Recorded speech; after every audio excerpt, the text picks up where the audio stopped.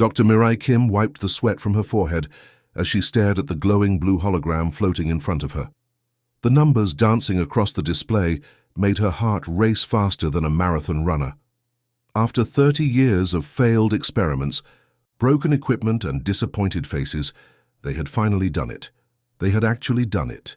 The laboratory buzzed with quiet excitement as her team gathered around the main console.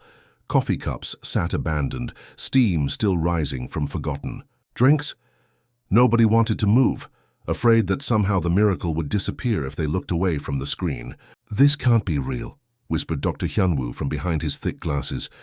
He had been working on dark matter theory since before Mirai was even born, his white hair stuck up in all directions from running his hands through it nervously. "We've been trying to do this for decades. Every major civilization in the galaxy gave up on this idea thousands of years ago." Mirai's fingers danced across the control panel, double-checking every calculation. The Shadow Phoenix, their experimental ship no bigger than a school bus, had just passed through a solid steel wall like it was made of air. Not around it, not over it, but straight through it. The ship's hull remained perfect, not even a scratch on the paint. "Captain Jaehoon needs to see this right now," she said, her voice barely steady.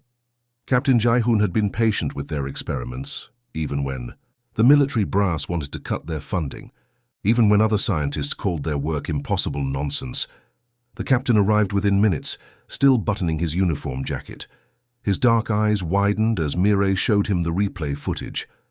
The Shadow Phoenix had become like a ghost ship, existing in normal space one moment and slipping into something else the next. Something that let it move through solid matter without any damage.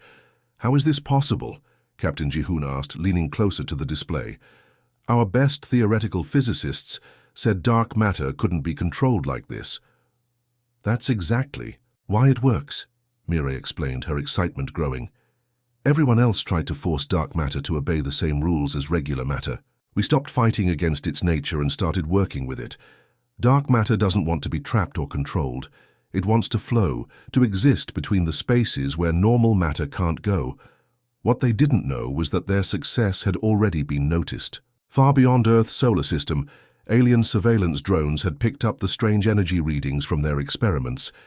These weren't normal energy signatures that appeared on every scanner across known space. These were readings that should have been impossible. In the command centers of ancient alien civilizations, alarms were ringing. Computer systems that had run smoothly for thousands of years were displaying error messages. Military commanders who had never known defeat were staring at data that challenged everything they understood about physics and warfare. The Galactic Council had spent millions of years establishing their power across the stars. They had advanced technology, massive fleets, and the wisdom of ages. But now a young species that had barely learned to travel between planets had accomplished something that their greatest scientists had declared impossible. The humans didn't realize it yet, but they had just changed the balance of power in the entire galaxy. Their small celebration in an Earth laboratory had sent waves of fear through civilizations that ruled over millions of worlds. The age of human innocence in galactic politics was about to end forever. The massive space station Concordia, Prime had never seen anything like this before. In its 3,000 years of operation, emergency sessions were rare. Complete panic among the galaxy's most powerful leaders was unheard of. But today, the council chamber buzzed with nervous energy as representatives from 12 major civilizations gathered around the enormous circular table. Ambassador Velthara couldn't stop moving. Her blue-scaled hands clenched and unclenched as she paced back and forth across the polished floor. The Dominion had ruled over 40 star systems for 5,000 years, but she had never felt this kind of fear before. Her people were known for their calm, calculated approach to everything. Today, that calmness was nowhere to be found. "Honored colleagues," she began, her voice echoing in the vast chamber. The ceiling stretched so high above them that clouds sometimes formed near the top. "We face an unprecedented situation. The species we call humans have accomplished something that should not be possible." Elder Zixmoth of the ancient hegemony shifted in his floating chair. His people were among the oldest in the galaxy, with technology so advanced that other species worshipped them as gods. His wrinkled face showed the wisdom of someone who had lived for over 800 years. But today, confusion clouded his ancient eyes. "Explain yourself, Velthara," he said in a voice like grinding stone. "We have monitored the humans for 2 centuries. They are barely out of their home system. Their technology is primitive compared to civilizations that have existed for millions of years." Velthara activated the holographic projector in the center of the table. The image that appeared made several representatives gasp out loud. It showed a human ship, small and unremarkable, suddenly becoming transparent like a ghost. The vessel passed through a solid asteroid as if it were made of air, then became solid again on the other side. "Our best scientists have confirmed it," Velthara announced. "They have weaponized dark matter. They can make their ships exist partially outside our normal reality. They can appear anywhere, strike without warning, and disappear before we can respond." Representative Korthak of the warrior clans slammed his four-armed fist on the table. His people had conquered entire galaxies through superior military might. The idea that upstart humans could pose a threat was insulting to everything he believed. "This must be some kind of trick," he growled. "Smoke and mirrors. No species achieves such breakthroughs without centuries of development. We have studied dark matter for 10,000 years. It cannot be controlled or shaped by any known technology." "Yet here is the proof," Velthara replied, replaying the footage. "Their ships don't just move through space, they move through the spaces between space. They exist in dimensions we can barely detect, let alone access." The chamber fell completely. Silent. The only sound was the gentle hum of the station's artificial gravity generators. Representatives who had spent their entire lives believing in the natural order of galactic power suddenly found themselves questioning everything. Commander Nexus of the Star Empire was the first to speak. Her mechanical voice carried no emotion, but her words sent chills through everyone present. If humans can do this after only 2 centuries of space travel, what will they be capable of in another century, another decade? We are witnessing the birth of a species that could make all of us obsolete. The implications were staggering. Every military strategy, every diplomatic agreement, every balance of power in the galaxy was suddenly meaningless. Humanity had changed the rules of the game without even realizing they were playing. The eternal dominance was a sight that had made entire civilizations surrender without firing a shot. This massive alien warship stretched over 2 kilometers, from bow to stern, its dark hull bristling with enough weapons to destroy a small moon. Energy shields shimmered around its surface like a protective bubble, and its engines could propel it faster than most species could even detect. Commander Thekvar stood on the bridge, his 6 arms crossed confidently behind his back. His reptilian features showed the kind of arrogance that came from commanding the most powerful ship in the galaxy for over 300 years. He had visited dozens of primitive worlds, and the pattern was always the same. The locals would see his ship, panic, and immediately agree to whatever terms he offered. "Begin standard intimidation protocol," he ordered his crew. "Activate all external weapon arrays. I want these humans to understand exactly who they're dealing with." The massive ship's hull lit up like a deadly Christmas tree as hundreds of weapon ports opened simultaneously. Energy readings spiked across every sensor in Earth's solar system. Any civilization with half a brain would have immediately sent surrender messages begging for mercy. Instead, a small communication request appeared on Thekvar's screen. The message was polite, almost friendly. "Captain Hannah Park of the Terran." Defense Force was inviting him aboard her ship for diplomatic discussions. Her vessel, the Determination, looked like a toy compared to his massive dreadnought. "She must be insane," muttered his second-in-command. "That ship couldn't even scratch our paint." But something about the human captain's calm confidence made Thekvar curious. He had expected panic, fear, maybe even religious worship of his superior technology. Instead, he got a polite invitation for tea and conversation. Captain Park greeted him in the Determination's small conference room with a warm smile and perfectly prepared refreshments. She was shorter than most species he had encountered, with kind eyes and an unsettling sense of calm. Her uniform was simple but well maintained, and she carried herself with the quiet confidence of someone who had nothing to prove. "Welcome to our solar system, Commander," she said. gesturing to a chair that had been specially modified for his alien physiology. "I hope your journey was comfortable." Thekvar was taken aback by her genuine hospitality. Most species either cowered in fear or tried to impress him with displays of their own power. This human seemed genuinely happy to meet him, as if his massive warship outside wasn't a threat at all. "We are here on official Galactic Council business," he announced, trying to regain his intimidating presence. "We require immediate inspection of your military capabilities. This is not a request." Captain Park's smile never wavered, but something shifted in her eyes. It was subtle, like the moment before a storm when the air becomes perfectly still. "I'm afraid our military installations are classified," she replied politely. "However, if you're curious about our defensive capabilities, I'd be happy to provide a demonstration." Before Thekvar could respond, his communication device started, screaming with emergency alerts. His crew's panicked voices filled the room as they reported impossible sensor readings. Captain Park gestured toward the large viewport that showed the space around their ships. "Please take a look outside." 3 enormous warships had appeared around the Eternal Dominance like materializing ghosts. They hadn't approached from any direction his sensors could detect.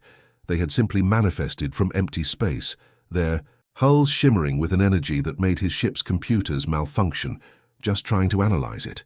"Impossible," Thekvar whispered, his arrogance evaporating like morning mist. "Our sensors show nothing. How are they there?"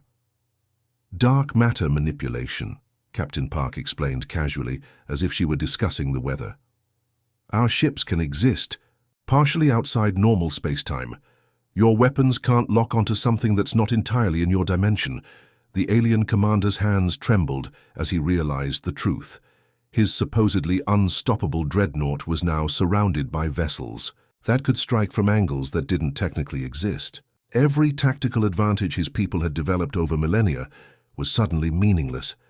"Consider this Earth's formal introduction to galactic politics," Captain Park said with a slight smile that held no malice, only quiet strength. The Intercepted. Human communication files spread through alien intelligence networks like wildfire. What they revealed challenged everything. The galaxy's greatest minds thought they knew about science, consciousness, and the nature of reality itself. Dr. Mireille Kim sat in her cluttered laboratory, surrounded by empty coffee cups and stacks of handwritten notes. Her research journals told a story that would have been dismissed as fantasy just months earlier. The breakthrough hadn't come from massive supercomputers or billion-dollar particle accelerators. It had come from something much simpler and infinitely more human. Day 847 of the Dark Matter Project, she spoke into her personal recorder, exhaustion, clear in her voice. "Every other species in the galaxy has tried the same approach for thousands of years. Bigger machines, more powerful energy beams, complex mathematical formulas. They all failed because they're thinking about this completely wrong." Her colleague, Dr. Hyunwoo, looked up from his workstation, his hair even messier than usual. "The Galactic Council's research files show attempts going back 50,000 years. Civilizations with technology we can't even imagine, and they all hit the same wall. That's because they're trying to force dark matter to behave like regular matter," Mirai explained, pulling up holographic displays of failed alien experiments. "Look at these attempts. The hegemony tried to crush dark matter into submission using gravitational fields. The Dominion attempted to cage it with electromagnetic barriers. The Star Empire built machines to slice and dice it into manageable pieces." Young researcher Jisoo shook her head in amazement as she reviewed the alien data. "It's like they're trying to catch the wind with a net. They don't understand what they're dealing with." The human approach had been born out of desperation and curiosity in equal measure.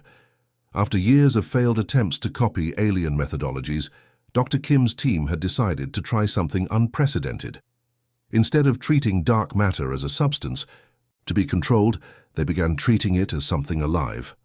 The breakthrough came during week 73, Mireille continued her recording. Jisoo was working late one night, and she started talking to the dark matter samples. Not giving them commands, just talking, explaining what we were trying to accomplish, why we needed their help. It sounded absurd to alien ears. Across the galaxy, Scientists who had spent millennia studying dark matter scoffed at the idea of having conversations with subatomic particles, but the humans had discovered something that changed everything. Dark matter isn't just matter, Dr. Hyunwoo explained to his stunned colleagues. It's potential itself. It exists in the spaces between possibilities, waiting for the right kind of consciousness to give it direction. Not force, not control, but invitation. The key had been humanity's most stubborn trait, their absolute refusal to accept that something was impossible. While other species gave up after decades or centuries of failure, humans kept trying new approaches. They questioned basic assumptions that had gone unchallenged for millions of years.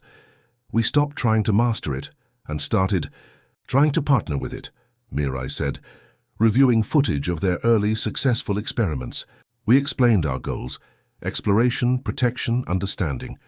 We shared our dreams of reaching distant stars and protecting innocent lives, and somehow the dark matter responded. The alien intelligence analysts couldn't understand how consciousness could affect physical matter. Their advanced civilizations had separated science from emotion, logic from intuition. They had created perfect machines to think for them, removing human elements they considered weaknesses. But humans had kept their emotions, their stubbornness, their refusal to give up. They had maintained something that older civilizations had lost: the ability to believe in impossible things and make them real through sheer determination. When we invited dark matter to join our vision instead of forcing it to obey our commands, everything changed, Dr. Kim concluded. It's not about having the biggest machines or the most complex theories. It's about having the right kind of hope, the right kind of dream, and the stubborn human belief that impossible just means nobody's figured out how yet. The galaxy's established powers suddenly realized they weren't just facing superior technology. They were facing a completely different way of thinking about reality itself. Admiral Carthul stood on the bridge of his flagship, the Cosmic Destroyer, watching his fleet prepare for what he believed would be the easiest victory of his long military career. 200 of the hegemony's most advanced warships stretched out before him in perfect formation, their hulls gleaming with the kind of technology that had conquered thousands of worlds over 10 millennia. The Admiral's 4 eyes glowed with satisfaction as he reviewed the battle plans. His species had evolved from ancient predators, and that hunting instinct had served them well in building the galaxy's most feared military force. Every ship in his fleet could destroy a planet's surface in minutes. Together, they represented enough firepower to shatter entire solar systems. "Communications, open a channel to all ships," he commanded, his voice carrying the authority of someone who had never known defeat. His massive frame, nearly 3 meters tall, dominated the bridge. As junior officers scurried to carry out his orders, "Attention, 7th Fleet," his voice boomed across the communication network. "Today we face a species that dares to challenge 10,000 years of hegemony supremacy. These humans have developed some clever parlor tricks, but they forget a fundamental truth: superior firepower always wins." Cheers erupted from bridge crews across the fleet. These were battle-hardened veterans who had crushed rebellions on 100 worlds.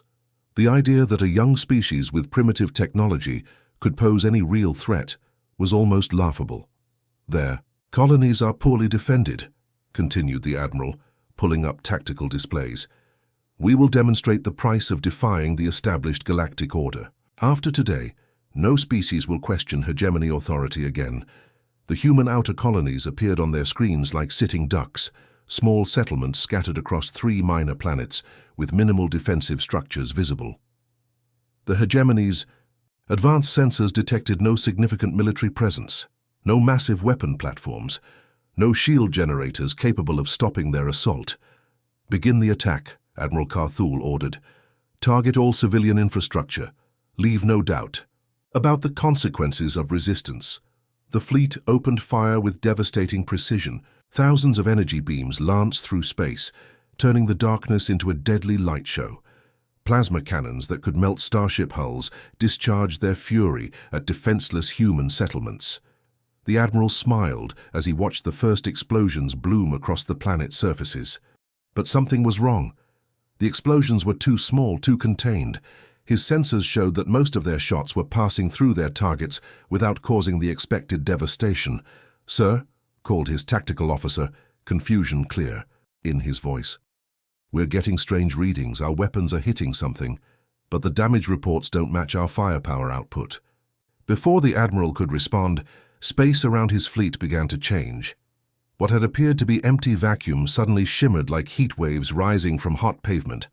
The distortions grew larger and more defined until they took the unmistakable shape of warships.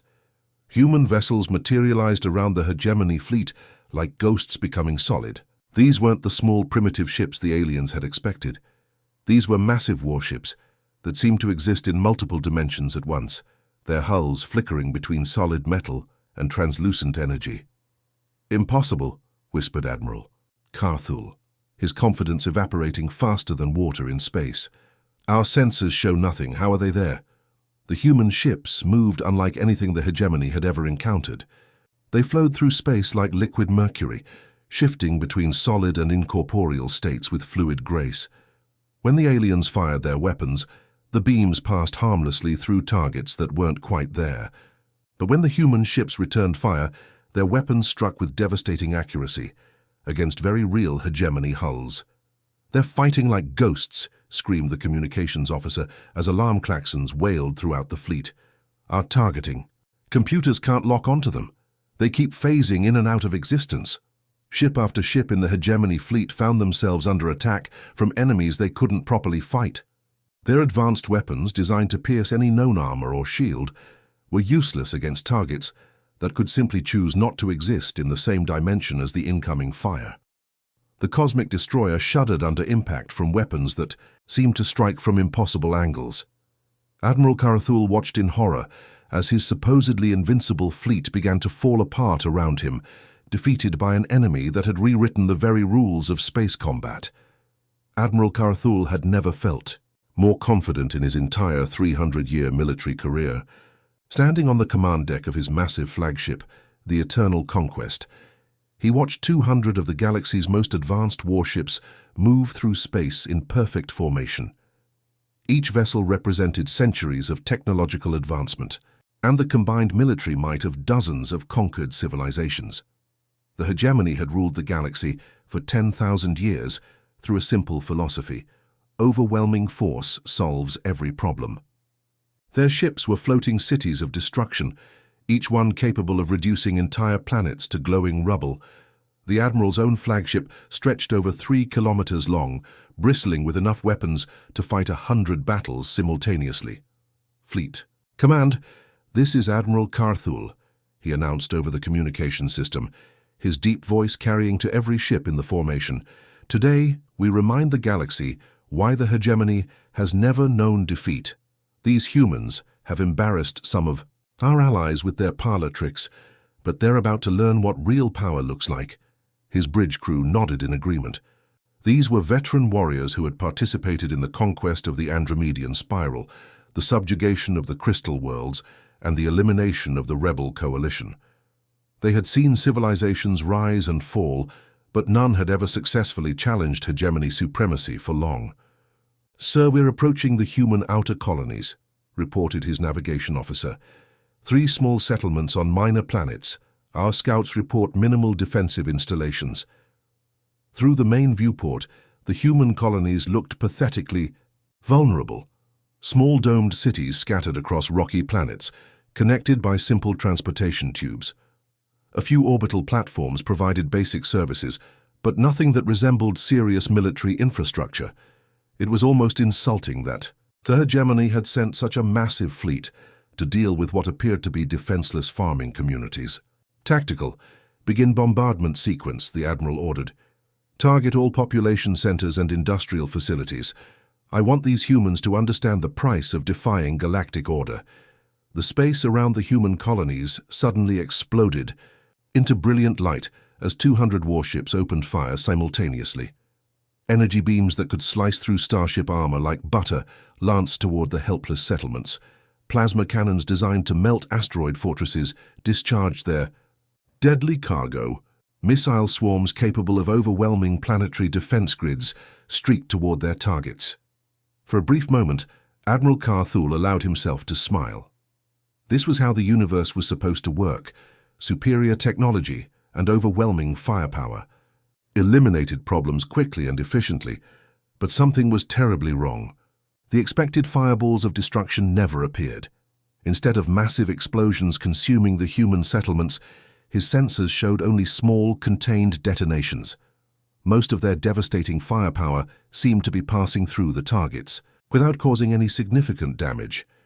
"Tactical report," the Admiral demanded, his confidence beginning to waver. "Why aren't we seeing total destruction?" "Sir, I don't understand the readings," his weapons officer replied, panic creeping into his voice. "Our shots are registering as hits, but the damage output is minimal. It's like we're firing at shadows." Before Admiral Carthul could respond, the empty space around his fleet began to shimmer like a mirage in the desert. The distortions grew larger and more defined until they resolved into shapes that made his blood run cold. Human warships were materializing out of nothing, appearing in the middle of his formation like ghosts becoming real. These weren't the small, primitive vessels his intelligence reports had described. These were massive warships that seemed to exist in a state of constant flux, their hulls shifting between solid metal and translucent energy. They moved through space with an impossible grace, phasing in and out of reality like living things. All ships, emergency evasive maneuvers. The Admiral shouted as his fleet's targeting computers went haywire. "Return fire immediately." The hegemony ships unleashed everything they had, filling space with enough destructive energy to vaporize a small moon. But their weapons passed harmlessly through the human vessels, which flickered out of existence just long enough for the deadly beams to miss before solidifying again to launch their own attacks. "They're fighting like ghosts," screamed his communications officer as the first hegemony ship exploded in brilliant fire. "Our computers can't lock onto them. They keep disappearing." The battle had been raging for 20 minutes when Admiral Carthul realized his fleet was facing something far beyond their worst nightmares. What he had initially dismissed as clever technology was revealing itself to be a complete reimagining of what warfare could be. His ships were being systematically destroyed by an enemy that seemed to exist in multiple realities at once. "Sir, we're losing ships faster than our computers can track," reported his tactical officer, sweat dripping down his alien features despite the bridge's climate control. "The humans aren't just using advanced weapons, they're fighting from dimensions we can't even detect." The Admiral watched in growing horror as human warships moved through his formation like deadly phantoms. One moment, they would be solid enough to rain devastating fire on his vessels. The next, they would become translucent ghosts that his most powerful weapons couldn't touch. It was like fighting an enemy that could choose when and where the laws of physics applied to them. But the true terror was yet to reveal itself. On the bridge of his flagship, the Eternal Conquest, warning alarms suddenly began screaming with an urgency that made his crew freeze in panic. The ship's internal sensors were detecting massive energy signatures inside the vessel itself, but that was impossible. Nothing could penetrate their shields and armor without triggering external alerts first. "Admiral," his security chief's voice crackled over the communication system, barely controlled fear evident in every word. "We have intruders on decks 7 through 12. But sir, they're not coming through the airlocks or transport bays. They're just appearing inside the ship." Before Carthul could respond, the bridge's main blast doors, designed to withstand direct hits from capital ship weapons, began to shimmer like water. The solid metal became translucent, and figures started walking through it as if it were made of mist. Commander Jihun led his boarding party through the supposedly impenetrable barrier with casual ease. His human form flickered between solid and ghostly as he moved, existing in a state that the aliens' minds struggled to comprehend. Behind him, 20 other humans materialized from what had been empty air just moments before. The alien bridge crew reached for their weapons, but their hands passed through energy rifles that had suddenly become incorporeal. The humans had somehow extended their dimensional manipulation to affect nearby objects, making the aliens' equipment as insubstantial as smoke. Alien observers from dozens of species watched in stunned silence as the planet began its slow, careful journey to a more stable orbit around its star. There were no violent explosions, no disruption to the delicate ecosystems below. Cities continued. To function normally, oceans remained calm and the planet's inhabitants went about their daily lives completely unaware that their entire world was being moved through space. Orbital adjustment complete, announced Dr. Hywan 6 hours later. Kepler 442b is now in a stable orbit that will remain habitable for the next 2 billion years. Across the galaxy, similar projects were taking place that challenged every assumption about what was possible. Dr. Mirai Kim's research team had achieved something that alien scientists had declared theoretically impossible. They had successfully reignited a dying star. The ancient red giant in the Vega system had been slowly cooling for millions of years, threatening to extinguish all life in the surrounding planetary systems. Traditional solutions would have required relocating entire civilizations or building massive artificial energy sources. Instead, the humans had done something far more elegant. Dark matter infusion is holding steady, Dr. Mire reported from her research vessel, positioned safely outside the star's corona. We're essentially feeding the star new fuel by converting dark matter into the heavy elements needed for nuclear fusion. The process looked like magic to alien observers. Streams of invisible dark matter flowed into the dying star, somehow providing exactly the right materials to restart the nuclear reactions that had been sputtering for eons. Within weeks, the star's output increased dramatically, bathing its planets in life-giving warmth once again. But perhaps the most impressive demonstration was taking place in the Centauri system, where human engineers were literally reshaping the arrangement of planets to create optimal conditions for life.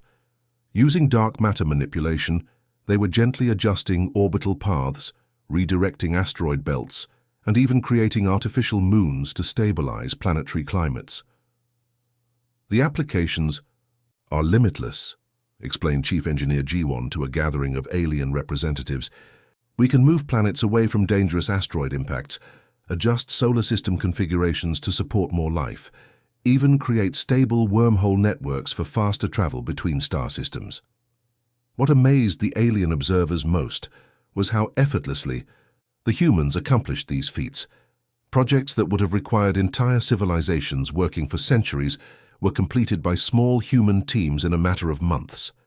The key was their unique relationship with dark matter, treating it as a partner rather than a tool.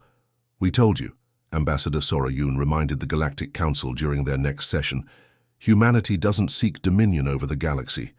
We seek to build a better universe for everyone." The evidence was overwhelming. While other species had used their technological advantages to conquer and control, humans were using their incredible abilities to preserve life, extend the lifespan of stars, and create conditions where all civilizations could thrive. The galaxy was beginning to realize that humanity represented something entirely new, a species with godlike power that chose to use it for creation rather than destruction. The emergency. Alarms that screamed across Concordia Prime carried a tone of desperation that had never been heard before in the station's 3,000-year history. Deep space sensors had detected something emerging from the galactic core that defied every law of physics the galaxy's greatest minds had ever discovered. The entity was massive beyond comprehension, stretching across light years of space like a living shadow. But what made it truly terrifying wasn't its size, it was what it did to everything it touched. Stars simply vanished as it passed, not exploded or consumed, but erased from existence as if they had never been there at all. "It's eating reality itself," reported Dr. Kexathara, the Dominion's chief scientist, her crystalline voice cracking with fear. "Every form of matter and energy that comes into contact with it simply ceases to exist. Our most powerful weapons don't just fail against it, they get absorbed and make it stronger." Admiral Ji-won Lee studied the horrifying reports from the bridge of her flagship, the Eternal Guardian.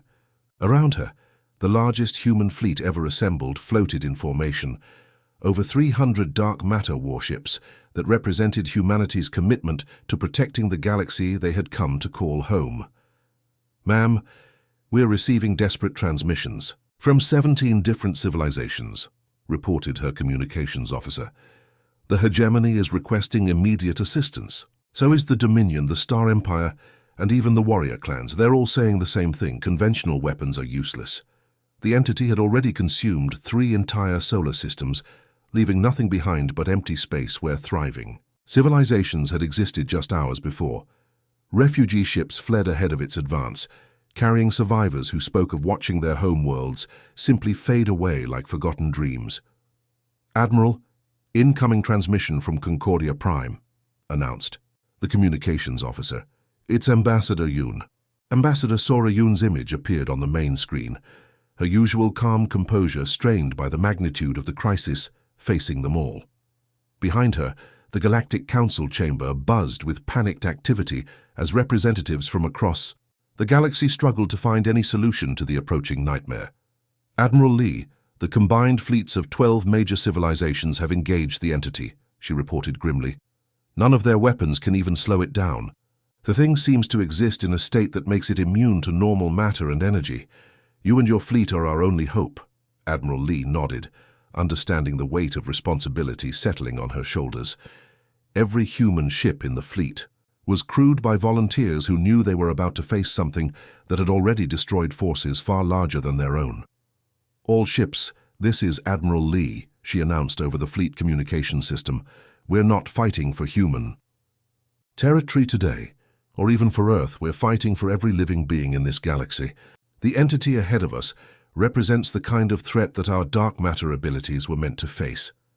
The human fleet moved toward the cosmic horror with a determination that amazed the alien observers watching from safe distances. Unlike the massive formations used by conventional military forces, the human ships moved in fluid patterns that seemed almost organic, their hulls shimmering between dimensions as they prepared for battle. "Contact in 30 minutes, reported the tactical officer. "Admiral, our sensors can barely detect the entity. It exists in a state that's similar to dark matter, but wrong somehow, corrupted." As they approached the entity, Admiral Lee could see why conventional weapons had failed so completely. The thing wasn't just immune to normal matter and energy. It actively consumed them, growing larger and more powerful with every planet it devoured. "All ships, transition to full dark matter phase," Admiral Lee commanded. "We go where this thing can't follow, and we drag it back to where it can be stopped." The human fleet shimmered and vanished from normal space-time, existing now in the dark matter realm where the entity couldn't reach them. From this dimensional sanctuary, they began the most dangerous operation in galactic history, using their unique abilities to construct a prison made of dark matter itself. Working together like a perfectly coordinated orchestra, the human ships wove streams of dark matter around the cosmic horror, creating barriers that existed in multiple dimensions simultaneously. The entity thrashed against its bonds, but for the first time since its emergence, it couldn't simply absorb what was restraining it. "Containment field holding steady," reported the fleet's chief engineer. "We're essentially building a cage that exists outside normal reality." Hour by hour, the human fleet worked to complete their impossible prison. As the final dark matter bonds locked into place, Admiral Lee's voice carried across the galaxy on every communication frequency. "We learned to dance with darkness so that light could shine brighter. Today we all shine together." The entity was sealed away in a dimensional prison that would hold it for eternity, and humanity had proven once again that their greatest strength wasn't their power to destroy, but their ability to protect and preserve life itself.